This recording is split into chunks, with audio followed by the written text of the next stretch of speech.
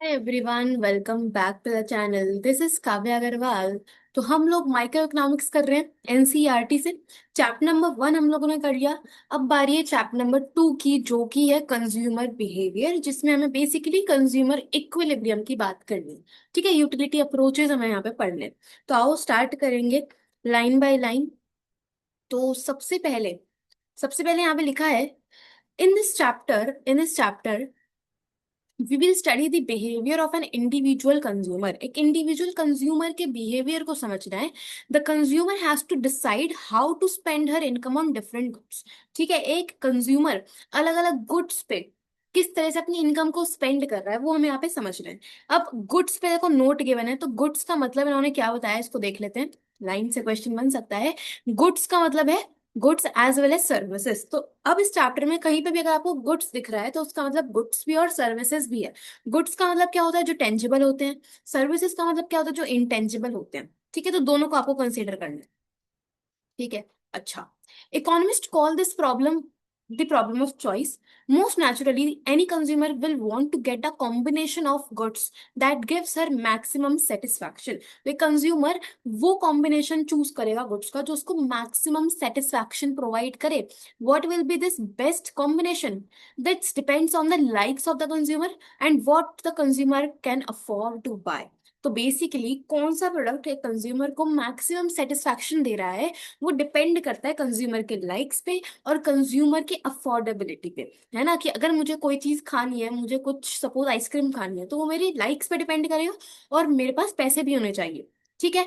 The likes of the consumer are called preference and the consumers can afford to buy depends on price of goods and the income of the consumer. ठीक है, एक consumer एक product को bye कर पा रहा है या नहीं कर पा रहा, अफोर्ड कर रहा है या नहीं कर रहा, तो वो डिपेंड करेगा उस प्रोडक्ट के प्राइस पे।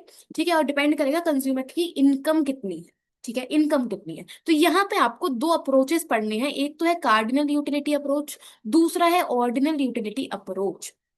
ठीक है, कार्डिनल एंड ऑर्डिनल। देखो कार्डिनल में ये होता है कि अगर अगर मान लो मान लो जैसे मुझे कोई चीज पसंद है खाने में, सपोज हम एग्जांपल लेते हैं आलू के पराठे। ठीक है, ऑल्दो मुझे सब कुछ पसंद है। देखो मुझे छोले भटूरे पसंद है, मुझे डोसा पसंद है, मुझे इडली पसंद है, मुझे पाव भाजी पसंद है, मुझे राजमा चावल पसंद है, आलू के पराठे भी पसंद है, तो सब कुछ ही पसंद है मुझे ऑल्दो। बट हम एग्जाम्पल लेते हैं सपोज आलू के पराठे का। ठीक है, तो अब आलू के पराठे बने तो वो मुझे सेटिस्फैक्शन देंगे। ठीक है, अब मैं अगर अपनी सेटिस्फैक्शन को मेजर करती हूँ नंबर के फॉर्म में कि एक आलू के पराठे को खाने से मुझे 20 यूटिल्स की सेटिस्फैक्शन मिली, मैंने सेटिस्फैक्शन को नंबर के फॉर्म में डिनोट कर दिया, तो वो होता है हमारा कार्डिनल यूटिलिटी अप्रोच। ठीक है, जो कि थोड़ा सा अनरियलिस्टिक है। ठीक, और अगर मैं रैंक दे रही हूँ कि मुझे जो आलू के पराठे हैं वो ज्यादा पसंद है as compare to chole bhature, तो यहाँ पे मैंने रैंक दे दी, तो वो होता है हमारा ऑर्डिनल अप्रोच। ठीक है, इसको डिटेल में भी पढ़ेंगे। इससे पहले देखो लिखा है यहाँ पे, a consumer in general consumes many goods but for simplicity we shall consider the consumer's choice problem in a situation where there are only two goods. तो हम लोग कंसीडर कर रहे हैं कि एक कंज्यूमर सिर्फ दो गुड्स का ही कंजम्पशन कर रहा है अपनी सिंप्लीफिकेशन के लिए। दो गुड्स इन्होंने कौन कौन से लिए हैं, एक तो बनाना लिया है, एक मैंगोस लिया है। ठीक है, any combination of the amount of the two goods will be called as consumption bundle. तो जो भी अलग अलग कॉम्बिनेशन बनेंगे कि मैं बनाना ज्यादा प्रेफर कर रही हूँ, मैंगोस कम ले रही हूँ, ठीक है, या मैंने मैंगो ज्यादा लिए हैं, बनाना कम लिए हैं, तो वो मेरा एक कंजम्पशन बंडल माना जाएगा। In short a bundle. In general, we shall use the variable x1 to denote the quantity of bananas and x2 to denote the quantity of mangoes। तो हमने बेसिकली डिनोट किया है कि जो बनानास की quantity है उसको हम x1 बोलेंगे और मैंगोज की क्वांटिटी को x2 बोलेंगे। x1 and x2 can be positive और जीरो। बहुत सिंपल चीज है यार। आप मैंगो या बनाना कंज्यूम करोगे तो या तो जीरो कंज्यूम करोगे या कुछ ना कुछ कंज्यूम करोगे, नेगेटिव में तो नहीं जाएगा ना।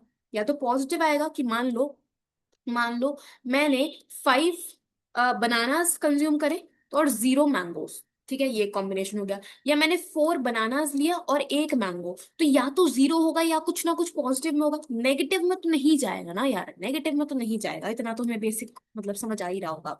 ठीक है, सो ये हमारे बंडल होते हैं। ठीक है, अच्छा इसके बाद नेक्स्ट टॉपिक है आपके पास यूटिलिटी। यूटिलिटी क्या है? यूटिलिटी का मतलब है कि एक कंज्यूमर जब कोई भी यूनिट कंज्यूम करता है तो उसको कितना सेटिस्फैक्शन मिला है उसको हम कहते हैं यूटिलिटी। तो लिखा है consumer usually decides his demand for a commodity on the basis of utility that is satisfaction that he derives from it. So what is utility? Utility of a commodity is its want satisfying capacity. एक commodity की want satisfying capacity क्या है उसको हम बोलेंगे utility. The more the need of a commodity और the stronger the desire to have it, the greater is the utility derived from the commodity. कि मान लो मैंने बहुत काम करा और काम करने के बाद मुझे लगी है बहुत तेज भूख और मुझे खाना है डोसा, ठीक है। तो मैं बहुत ज्यादा एक्साइटेड हूँ डोसा खाने के लिए, मैं एक साउथ इंडियन रेस्टोरेंट में पहुंच गई, मैं बहुत ज्यादा एक्साइटेड हूँ कि मुझे डोसा खाना है यार, मस्त एकदम बढ़िया, ठीक है। तो मेरी जो नीड है या जो मेरा एक डिजायर है डोसे को लेके वो काफी ज्यादा हाई है, तो ऑफ कोर्स जब मैं वो डोसा कंज्यूम करूंगी तो मुझे बहुत ही अच्छी खासी लेवल की सेटिस्फैक्शन मिलेगी, यूटिलिटी मिलेगी, ठीक है। तो वही लिखा है। एंड यूटिलिटी जो है वो सब्जेक्टिव है। you different individuals can get different levels of utility from the same commodity। कि अगर आइसक्रीम है तो इसी एक प्रोडक्ट से अलग अलग लोगों को अलग अलग यूटिलिटी मिल सकता है, अलग अलग सेटिस्फैक्शन मिल सकता है। कि अगर मुझे आइसक्रीम बहुत ज्यादा पसंद है तो मुझे बहुत ज्यादा सेटिस्फैक्शन मिलेगा, बट मान लो आपको आइसक्रीम ज्यादा पसंद नहीं है बट स्टिल आपने कंज्यूम करा तो आपको उससे सेटिस्फैक्शन थोड़ा सा कम मिलेगा। मतलब एक ही कमोडिटी की यूटिलिटी अलग अलग हो सकती है अलग अलग लोगों के लिए, ठीक है। For example someone Shit. Someone who likes chocolate will get much higher utility from a chocolate than someone who is not so fond of chocolates. ठीक है, सिंपल चीज।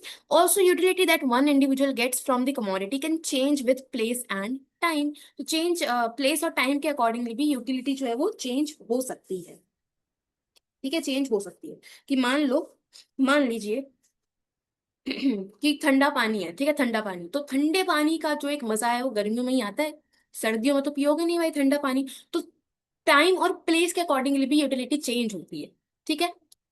अच्छा, अब देखो पहला अप्रोच है कार्डिनल यूटिलिटी अप्रोच। तो मैंने आपको ऑलरेडी बताया कि हम लोग कार्डिनल यूटिलिटी अप्रोच में जो यूटिलिटी का लेवल है उसको एक्सप्रेस करते हैं नंबर्स में। अनरियलिस्टिक है, एक्चुअल में नहीं होता कि मैंने एक डोसा खाया मुझे वहां से 20 यूटिल्स की सेटिस्फैक्शन मिली, मैंने एक आलू का पराठा खाया मुझे वहां से 100 यूटिल्स की सेटिस्फैक्शन मिली। क्या मैं ऐसे नंबर के फॉर्म में सेटिस्फैक्शन को डिनोट कर सकती हूँ एक्चुअल में?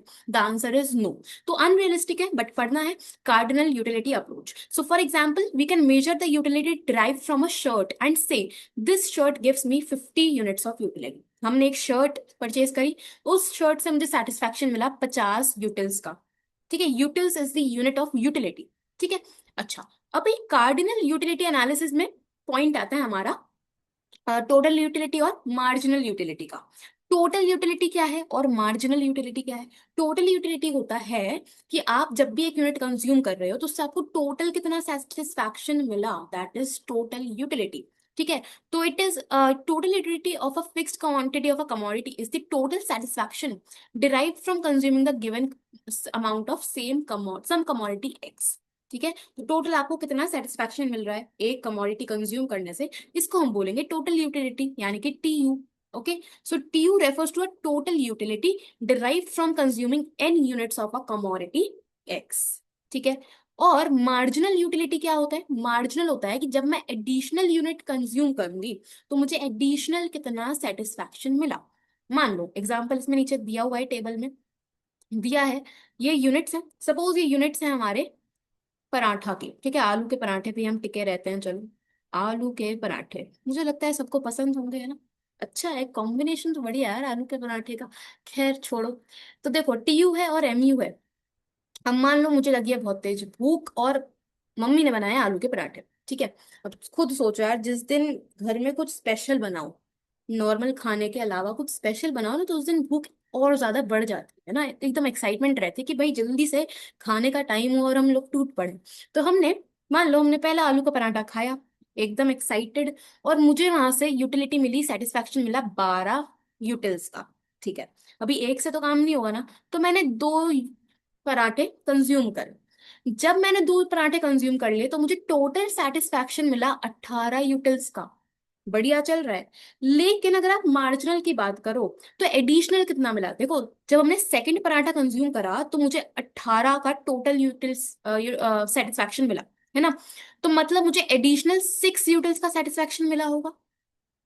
एक पराठा कंज्यूम करा तो 12 का सेटिस्फैक्शन मिला, दो पराठे कंज्यूम कर लिए तो टोटल 18 का सेटिस्फैक्शन मिला। मतलब एडिशनल 6 यूटिल्स का मुझे सेटिस्फैक्शन मिला, जिसको हम बोलेंगे मार्जिनल यूटिलिटी। ठीक है, अब मैंने थर्ड पराठा कंज्यूम करा, जैसे ही तीसरा पराठा आया तो मुझे 22 यूटिल्स का सेटिस्फैक्शन मिला। तो जो मेरी यूटिलिटी है, टोटल यूटिलिटी, वो तो बढ़ ही रही है जैसे जैसे मैं कंज्यूम कर रही हूँ। लेकिन अगर आप मार्जिनल की बात करो, एडिशनल की बात करो, टोटल 3 पराठे खाने से मुझे 22 यूटिल्स का सेटिस्फैक्शन मिल रहा है, बट एडिशनल अगर हम देखें तो सिर्फ 4 ही हुआ। ऐसा क्यों हो रहा है कि हमारा टीयू तो बढ़ता जा रहा है बट एमयू कम क्यों हो रहा है? मार्जिनल कम इसलिए हो रहा है क्योंकि देखो, जो पहले पराठे में एक फील होगी, एक्साइटमेंट होगी, सेटिस्फैक्शन होगी, वो काफी ज्यादा होगी। अब जब मैं तीसरा पराठा खाऊंगी ना, तो थोड़ा सा सेटिस्फैक्शन कम हो चुका होगा क्योंकि मेरा पेट भी भर गया होगा, है ना। तो एडिशनल जो सेटिस्फैक्शन है वो कम होती जा रही है, पहले 12, फिर 6, फिर 4। चलो कोई नहीं, मैंने सोचा भाई एक और पराठा खा लेते हैं, तो मैंने चौथा पराठा और खाया, और टोटल सेटिस्फैक्शन मुझे मिली 24 यूटिल्स। मार्जिनल की बात करूं तो सिर्फ 2 की ही मिली है। मतलब मेरा एडिशनल, जैसे जैसे मैं पराठे की कंजम्पशन बढ़ाती जा रही हूँ, एडिशनल सेटिस्फैक्शन भी कम होती जा रही है। पेट बढ़ता जा रहा है भाई, है ना, सेटिस्फैक्शन कम होती जाएगी। ठीक है, फिर भी मैं रुकी नहीं, मैंने पांचवा पराठा भी खा लिया भाई, पांचवा भी खा लिया। मैंने सोचा अभी बने यार पराठे, खा लेते हैं फिर कब बनेंगे। तो जैसे ही मैंने फिफ्थ पराठा कंज्यूम करा, पता चला कि मेरी जो टोटल यूटिलिटी है वो 24 ही रही। मतलब पांचवा पराठा खाने से कुछ भी मुझे एक्स्ट्रा सेटिस्फैक्शन मिला ही नहीं। एक्स्ट्रा सेटिस्फैक्शन तो जीरो है भाई, जीरो है। स्टिल मम्मी ने मुझे एक और पराठा दे दिया, एक और बेटा खा ले, एक और खा ले। तो सिक्स पराठा जैसे ही आया तो भाई बैंड बज गया, और यूटिलिटी मेरी कम हो गई 22, और मार्जिनल तो नेगेटिव में चला गया। क्यों? क्योंकि भाई अब तो पेट भर चुका है, अब तो उल्टी आ जाएगी यार, है ना। सो बेसिकली हो क्या रहा है कि जब आप पहली यूनिट कंज्यूम करते हो तो उस पर आपकी सेटिस्फैक्शन काफी ज्यादा होती है। जैसे जैसे आप एडिशनल यूनिट्स कंज्यूम करते हो और यूनिट्स कंज्यूम करना स्टार्ट करते हो, तो उससे मिलने वाली जो एडिशनल सेटिस्फैक्शन है वो भी कम होती जाती है, और इसलिए हमारा जो मार्जिनल यूटिलिटी है वो कम होता जा रहा है, कम होता जा रहा है। ठीक है, अब देखो इसमें लिखा क्या है। Marginal utility is the change in total utility due to consumption of one additional unit of a commodity. ठीक है, तो वही एग्जांपल है कि suppose 4 bananas gives 28 units of total utility. 4 banana खाने से 28 यूनिट्स का सेटिस्फैक्शन मिला, 5 बनाना से 30 यूनिट्स का सेटिस्फैक्शन मिल रहा है। तो मतलब कि एक्स्ट्रा सेटिस्फैक्शन कितना मिला आपको? पहले 4 खाए फिर 5 खाए, तो एक एडिशनल बनाना खाने से मुझे एक्स्ट्रा 2 यूनिट्स का, 2 यूटिल्स का सेटिस्फैक्शन मिला। उसी का मैं बोलूंगी मार्जिनल यूटिलिटी, मार्जिनल यूटिलिटी। ठीक है, ओके। तो इसमें लिखा है कि it is seen that marginal utility diminishes with increase in consumption of the commodity. This happens because having some amount of the commodity, the desire of the consumer to have still more of it becomes weaker. तो वही चीज है कि जैसे जैसे आप consumption बढ़ाओगे तो आपकी जो डिजायर है कंजम्पशन करने की वो कम होती जाएगी, तो सेटिस्फैक्शन भी कम होती जाती है और एमयू कम होता जाएगा। ठीक है, डन, इस तरह से। ओके, अच्छा, इसके बाद अगर आप इसका ग्राफ समझो, तो ग्राफ में देखो क्या है, हमने एक्स एक्सिस पे तो क्वांटिटी ली है, वाई एक्सिस पे हमने यूटिलिटी ली है। तो जो टोटल यूटिलिटी है वो तो बढ़ ही रहा है। ठीक है, टोटल यूटिलिटी बढ़ रहा है, बढ़ रहा है, बढ़ रहा है। उसके बाद कांस्टेंट हुआ था 24 24, और फिर टोटल यूटिलिटी कम हो गया। मार्जिनल की अगर हम बात करें तो मार्जिनल यूटिलिटी स्टार्टिंग से ही कम होता गया है, स्टार्टिंग से कम हुआ, फिर जीरो पहुंचा, और फिर नेगेटिव में चला गया। तो ये हमारा टीयू और एमयू का इस तरह से ग्राफ होता है। लिखा है you may also notice that total utility increases but at a diminishing rate. TU जो है वो बढ़ तो रहा है बट थोड़े से कम रेट से बढ़ रहा है, क्योंकि आपको मिलने वाला सेटिस्फैक्शन कम होता जा रहा है। The rate of change in total utility due to change in quantity of commodity is measured as marginal utility. The marginal utility diminishes with increase in consumption of the commodity. तो वही same चीज repeat हो रही है। और ये होता क्यों है? क्योंकि एक लॉ है, law of diminishing marginal utility, law of DMU. DMU क्या बोलता है? एक सिंपल चीज है कि जैसे जैसे आप कंजम्पशन बढ़ाते हो किसी भी कमोडिटी का, तो उससे मिलने वाली जो एडिशनल सेटिस्फैक्शन है वो कम होती जाती है। ठीक है, तो लिखा है it states that marginal utility from consuming each additional unit of a commodity declines as its consumption increases while keeping consumption of other commodities constant. ठीक है, mu becomes zero at a level where tu remains constant. देख लो, यहाँ पे पता चल रहा है कि जब टीयू हमारा कांस्टेंट था 24 24, इसको हटा दूं मैं थोड़ा सा, ये थोड़ा सा इरेज करना पड़ेगा तब दिखेगा। देखो, जब हमारा टीयू कांस्टेंट हो गया था 24 कांस्टेंट है, तो एमयू 0 हो गया, कि कुछ भी आपको एडिशनल सेटिस्फैक्शन नहीं मिल रही। इसके बाद भी अगर आप कंज्यूम करोगे तो सेटिस्फैक्शन नेगेटिव में पहुंच जाएगी। ठीक है। तो वही चीज यहाँ पे लिखी है। ठीक है, ओके डन। चलो इसके बाद नेक्स्ट है derivation of demand curve in the case of single commodity. तो सिंगल कमोडिटी के केस में अगर हम एक कमोडिटी कंज्यूम कर रहे हैं तो डिमांड कर्व क्या होगा। अब इसमें क्या दिया है, पढ़ते हैं इसको भी। दिया है कार्डिनल यूटिलिटी, एक सेकेंड, हाँ, cardinal utility analysis can be use to derive demand curve for a commodity. Now what is demand and what is a demand curve. Demand क्या है और डिमांड कर्व क्या होता है। दिया है quantity of a commodity that a consumer is willing to buy and is able to afford given prices of goods and income of the consumer is called demand for that commodity.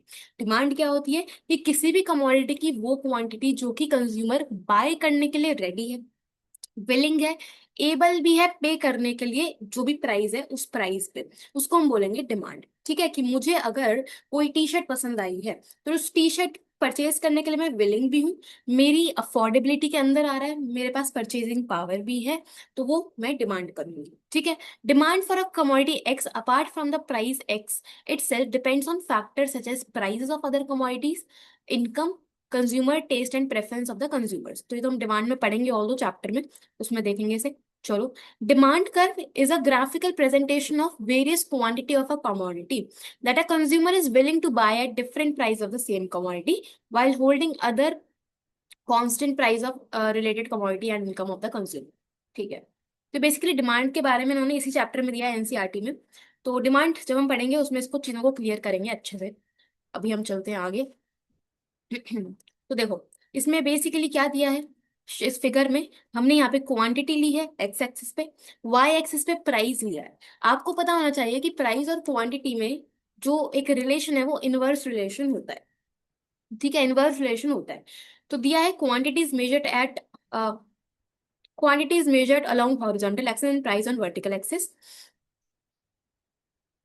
The downward sloping demand curve shows that at lower prices, the individual is willing to buy more commodity X। तो लिखा क्या है कि जब price कम है, जब price कम है, मान लो जब प्राइस 30 का था तो मैं 20 यूनिट्स कंज्यूम कर रही थी, 20 यूनिट्स की डिमांड कर रही थी। ठीक है। अब अगर प्राइस कम कर दिया जाए, प्राइस कम करके कर दिया 10 रुपीज, तो मेरी अफोर्डेबिलिटी में आ गया, सस्ता हो चुका है, तो मैं तो बढ़िया तरीके से खरीदूंगी। तो मैंने डिमांड बढ़ा के कर दी 60 की। ठीक है, 60 की। अच्छा, at higher prices she is willing to buy less of commodity X. But अगर मैंने सपोज प्राइस बढ़ा दिया किसी कमोडिटी का, मैंने प्राइस बढ़ा के 40 कर दिया, तो जैसे ही प्राइस 40 होगा मैं बोलूंगी यार इतना महंगा है, मैं क्यों ही खरीदूं, क्यों ही खरीदूं। है ना, कि मैं सपोज किसी ढाबे में कहीं पराठा खाने, और वहां पे पराठे का प्राइस बहुत ज्यादा था, तो मैंने सोचा छोड़ो यार, इससे बढ़िया घर पे बना के खा लेंगे। तो मैंने अपनी डिमांड कम कर दी 10 पे। ठीक है, 10 कर दी। तो यहाँ पे एक इनवर्स रिलेशन पता चल रहा है कि प्राइस बढ़ रहा है तो डिमांड कम हो रही है, इसलिए इसका जो एक कर्व की शेप आई है वो डाउनवर्ड स्लोपिंग आई है। ठीक है। So there is a negative relation between price and commodity and quantity demanded, which is referred to as law of demand। ठीक है। So this downward sloping demand curve rests on the notion of diminishing marginal utility। The law of DMU states that each successive unit of a commodity provides lower MU। Okay, ये हमने already किया। Therefore, the individual will not be willing to pay as much as for each additional unit, and this result in downward sloping demand curve। तो simple बात है कि जैसे जैसे आप कंजम्पशन बढ़ाओगे किसी भी कमोडिटी का, तो उससे मिलने वाला सेटिस्फैक्शन कम हो जाएगा, और मैं उतना पे करने के लिए रेडी नहीं होंगी जितना मैं पहले पे कर रही थी। है ना, मैं उतना ज्यादा पे करने के लिए रेडी ही नहीं होंगी। कि अगर मुझे छोले भटूरे खाने हैं, या सपोज मुझे आइसक्रीम खानी है, तो आइसक्रीम मैंने पहला स्कूप खाया मुझे अच्छा लगा, मैंने दूसरा खाया मुझे अच्छा लगा, मैंने तीसरा खाया मुझे तब भी अच्छा लगा, बट जैसे ही फिफ्थ स्कूप मैंने आइसक्रीम का खाया, मेरा बैंड बज चुका। ठीक है। तो अब मैं उस आइसक्रीम के लिए और पैसा पे करने के लिए रेडी नहीं हूँ, रेडी नहीं हूँ। ठीक है। तो इसीलिए प्राइस मैं पे ही नहीं करूंगी तो डिमांड भी कम आएगी, है ना। तो डिमांड, हाँ, तो डिमांड का जो हमारा बेसिकली डाउनवर्ड स्लोपिंग यहाँ पे बनेगा। At a price of ₹40 per unit individuals demand was 5। Yes, ठीक है, तो बस वही चीज है कि डिमांड का जो है वो नेगेटिव स्लोप बनता है। ठीक है। अच्छा, इसके बाद आपको एनसीईआरटी में देखो ऑर्डिनल यूटिलिटी एनालिसिस शुरू कर दिया है।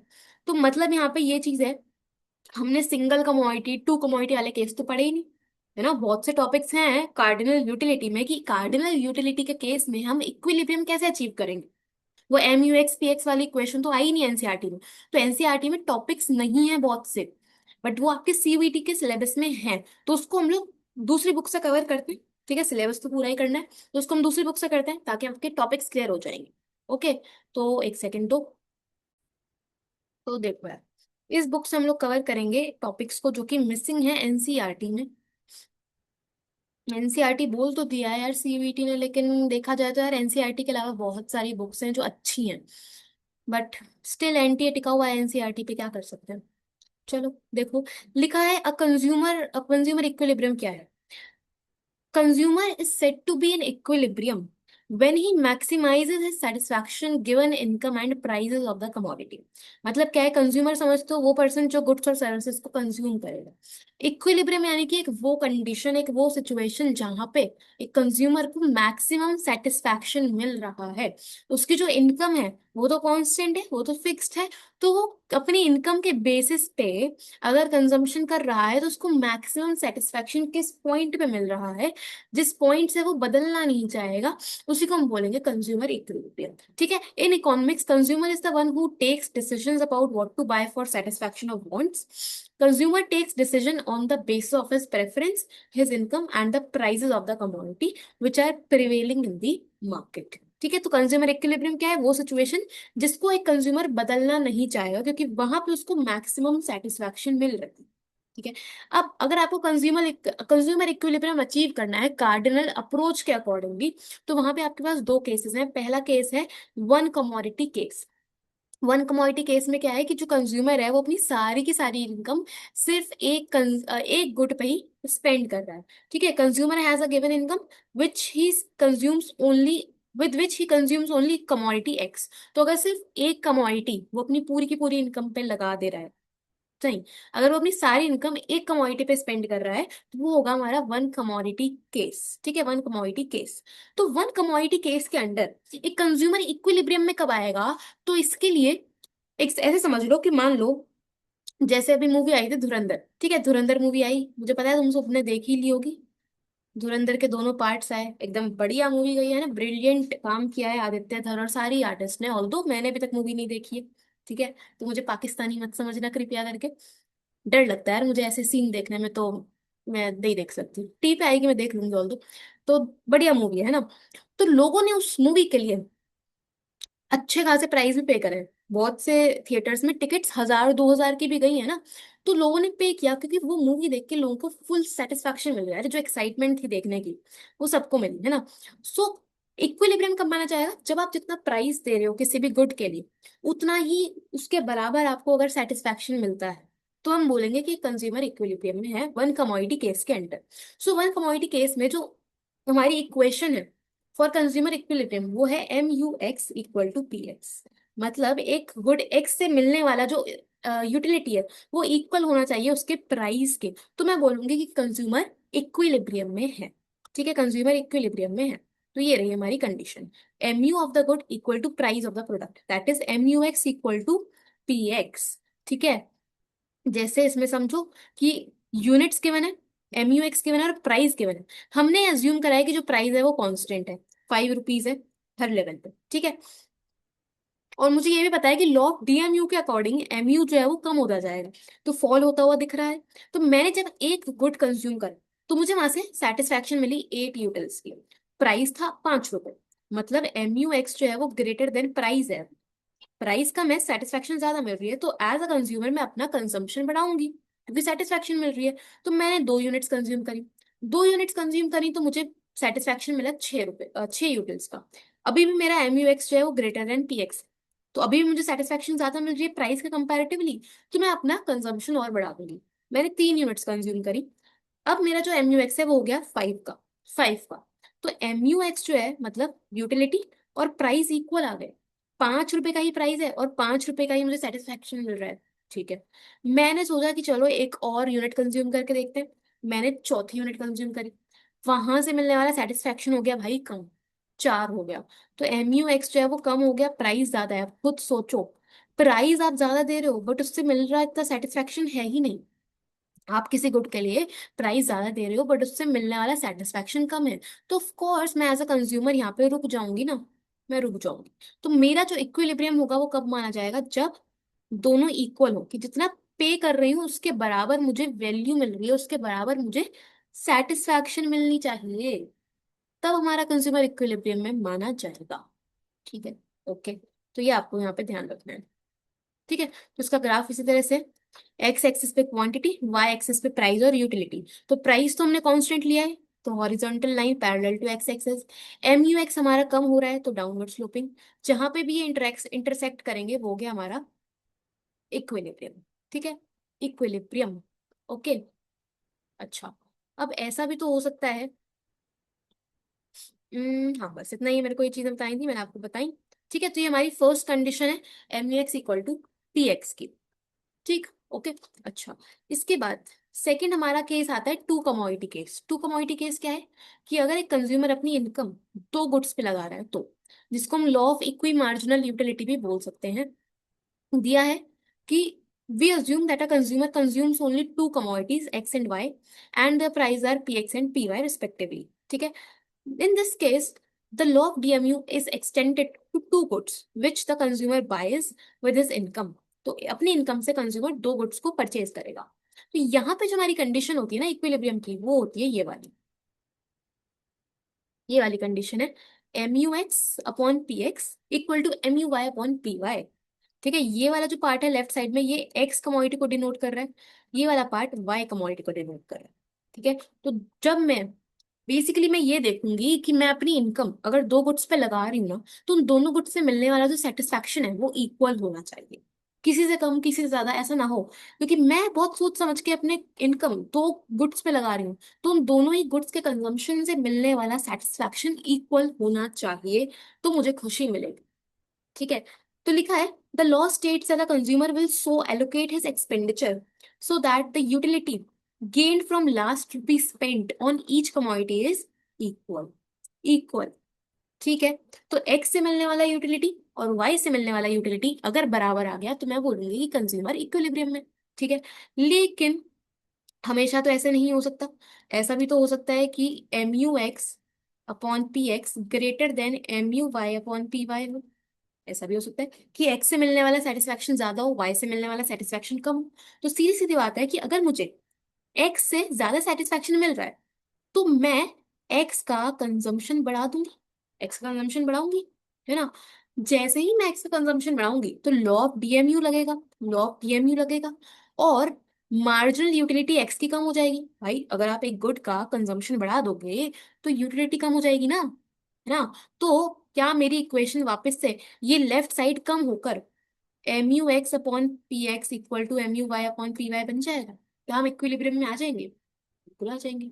ठीक है, इसी तरह से दूसरा केस होता है हमारा, अगर MUX upon PX less than MUY upon PY हो, मतलब मुझे Y से सेटिस्फैक्शन ज्यादा मिल रही, तो मैं Y का कंजम्पशन बढ़ाऊंगी। Y का कंजम्पशन बढ़ेगा तो भाई लॉ ऑफ DMU यहाँ पे अप्लाई होगा।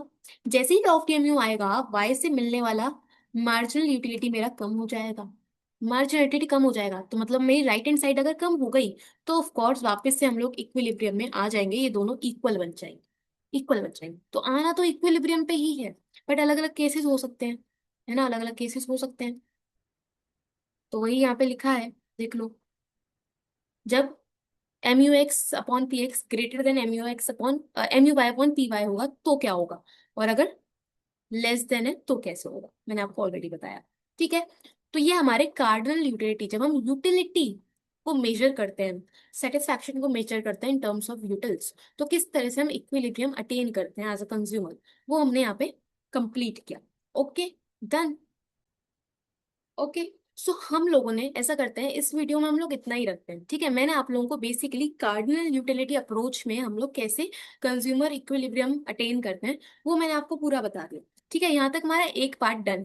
नेक्स्ट पार्ट में हम लोग ऑर्डिनल यूटिलिटी को भी समझेंगे और इस चैप्टर को क्लोज करेंगे। एक ही वीडियो में लंबा हो जाएगा यार, वीडियो लोड होने में भी टाइम लगेगा, इससे बेटर है मैं ये वाला वीडियो अपलोड कर देती हूँ, इसको पढ़ लो, उसके बाद ऑर्डिनल यूटिलिटी नेक्स्ट में कवर कर लेंगे, ठीक है। इतने में कोई डाउट आया हो तो आप कमेंट से पूछ लेना, बाकी हम लोग मिलते हैं नेक्स्ट वीडियो में। Okay, all the best, thank you so much.